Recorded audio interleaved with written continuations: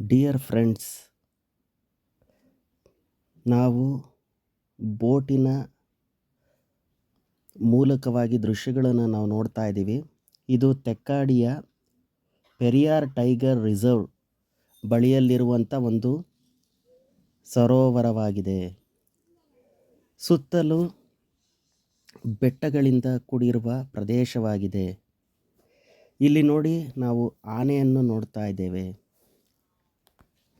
ತಾಯಿ ಆನೆ ಮತ್ತು ಒಂದು ತಾಯಿ ಮಗುವನ್ನು ನಾವು ಹೋಗ್ತಾ ಇರೋದು ನೋಡ್ತಾ ಇದ್ದೀವಿ ನಾವು ಬೋಟಲ್ಲಿ.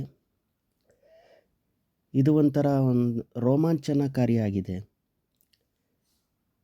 ಬೋಟಿನಲ್ಲಿರುವಂಥ ಸಿಬ್ಬಂದಿ ಹೇಳ್ತಾ ಇದ್ರು, ಸೈಲೆಂಟ್ ಆಗಿರ್ರಿ, ಪ್ರಾಣಿಗಳು ಕಾಡಿನೊಳಗೆ ಹೊರಟೋಗ್ತವೆ ಅಂತ ಅವರು ನಮಗೆ ಗೈಡ್ ಮಾಡ್ತಾಯಿದ್ರು.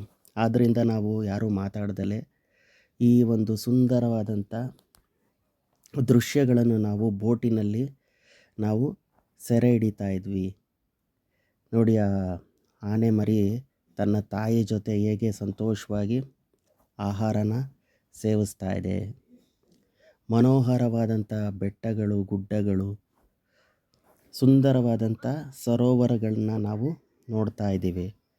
ನೀವು ಸಹ ಕೇರಳಗೆ ಹೋದರೆ ತೆಕ್ಕಾಡಿಗೆ ವಿಸಿಟ್ ಮಾಡಿರಿ.